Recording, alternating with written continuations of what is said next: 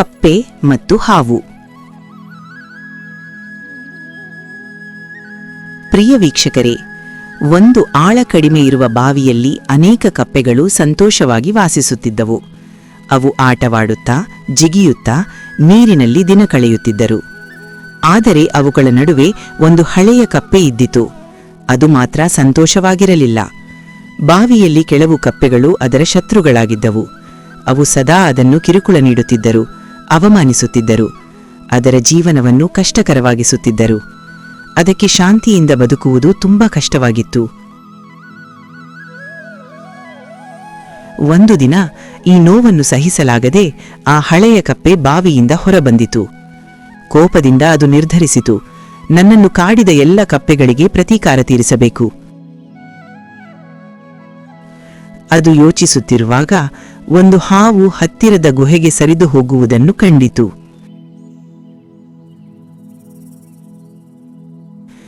ಒಂದು ಅಪಾಯಕಾರಿ ಯೋಚನೆ ಅದರ ಮನಸ್ಸಿನಲ್ಲಿ ಮೂಡಿತು. ಅದು ಗುಹೆಯ ಬಳಿ ಹೋಗಿ ಹೇಳಿತು, ಓ ಹಾವೇ, ಹೊರಗೆ ಬಾ, ನನಗೆ ನಿನ್ನ ಜೊತೆ ಮಾತನಾಡಬೇಕು. ಹಾವಿಗೆ ಆಶ್ಚರ್ಯವಾಯಿತು, ಒಂದು ಕಪ್ಪೆ ನನ್ನನ್ನು ಯಾಕೆ ಕರೆಯುತ್ತಿದೆ ಎಂದು. ಆದರೂ ಅದು ಹೊರಬಂದು ಕೇಳಿತು, ನಿನಗೆ ಏನು ಬೇಕು? ಕಪ್ಪೆ ಶಾಂತವಾಗಿ ಹೇಳಿತು, ನಾನು ನಿನ್ನ ಸ್ನೇಹಿತನಾಗಬೇಕು. ಹಾವು ನಕ್ಕಿತು, ಹಾವು ಮತ್ತು ಕಪ್ಪೆ ಸ್ನೇಹಿತರಾಗಲು ಸಾಧ್ಯವೇ? ನಾವು ಶತ್ರುಗಳು, ನಿನಗೂ ಸಾಯಬೇಕು ಅನಿಸುತ್ತಿದೆಯೇ ಎಂದಿತು. ಆ ಹಳೆಯ ಕಪ್ಪೆ ಹೇಳಿತು, ನನಗೆ ನಿನ್ನ ಸಹಾಯ ಬೇಕು, ನನ್ನ ಶತ್ರುಗಳಿಗೆ ಪ್ರತೀಕಾರ ತೀರಿಸಬೇಕು.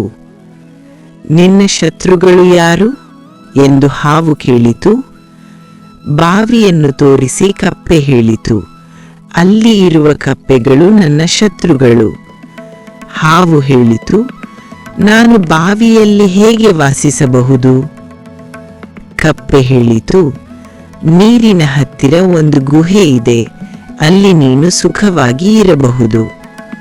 ನಂತರ ಅದು ಹೇಳಿತು, ನೀನು ನನ್ನ ಶತ್ರುಗಳನ್ನು ಒಂದೊಂದಾಗಿ ತಿನ್ನು, ಆದರೆ ನನ್ನ ಸ್ನೇಹಿತರು ಮತ್ತು ಬಂಧುಗಳಿಗೆ ಹಾನಿ ಮಾಡಬಾರದು. ಹಾವು ಸಂತೋಷದಿಂದ ಒಪ್ಪಿಕೊಂಡಿತು.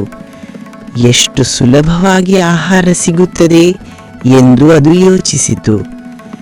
ಆ ದಿನದಿಂದ ಪ್ರತಿದಿನ ಕಪ್ಪೆ ಒಂದು ಶತ್ರುವನ್ನು ತೋರಿಸುತ್ತಿತ್ತು. ಹಾವು ಅದನ್ನು ತಿನ್ನುತ್ತಿತ್ತು. ದಿನಗಳು ಕಳೆದವು. ಹಾವು ದಪ್ಪವಾಗಿ ಬಲಿಷ್ಠವಾಯಿತು. ಶೀಘ್ರದಲ್ಲೇ ಎಲ್ಲ ಶತ್ರು ಕಪ್ಪೆಗಳು ಮುಗಿದವು. ಒಂದು ದಿನ ಹಾವು ಹೇಳಿತು, ಈಗ ಏನು? ನೀನೇ ನನ್ನನ್ನು ಇಲ್ಲಿ ತಂದೆ, ನನಗೆ ಆಹಾರ ಕೊಡಬೇಕು. ಕಪ್ಪೆ ಹೇಳಿತು, ನನ್ನ ಕೆಲಸ ಮುಗಿದಿದೆ, ಈಗ ನೀನು ಹೋಗಬಹುದು. ಆದರೆ ಬಾವಿಯಲ್ಲಿ ಇನ್ನೂ ಅನೇಕ ಕಪ್ಪೆಗಳು ಇದ್ದವು. ಅವುಗಳನ್ನು ನೋಡಿ ಹಾವಿಗೆ ಆಸೆ ಬಂತು. ಅದು ಅಲ್ಲೇ ಉಳಿಯಲು ನಿರ್ಧರಿಸಿತು. ನಂತರ ಅದು ಸ್ನೇಹಿತರು ಮತ್ತು ಬಂಧುಗಳನ್ನು ತಿನ್ನಲು ಪ್ರಾರಂಭಿಸಿತು. ಹಳೆಯ ಕಪ್ಪೆಗೆ ತನ್ನ ತಪ್ಪು ತಿಳಿಯಿತು, ಆದರೆ ತುಂಬಾ ತಡವಾಗಿತ್ತು. ಒಂದು ದಿನ ಅದು ಅದರ ಮಕ್ಕಳನ್ನು ಮೊಮ್ಮಕ್ಕಳನ್ನು ತಿಂದಿತು.